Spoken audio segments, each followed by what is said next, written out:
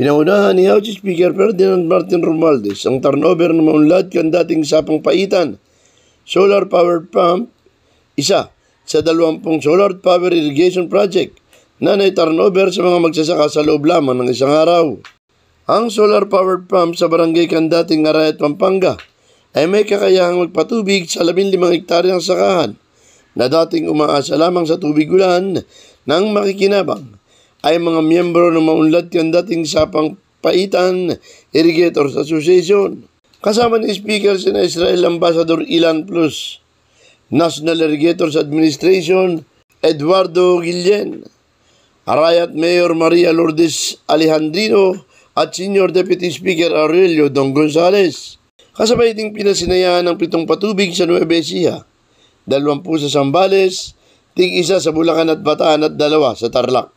Ang mga naturang patubig ay typhoon-rated photovoltaic panels at may AI-driven moisture sensors mula sa Israel LR Group.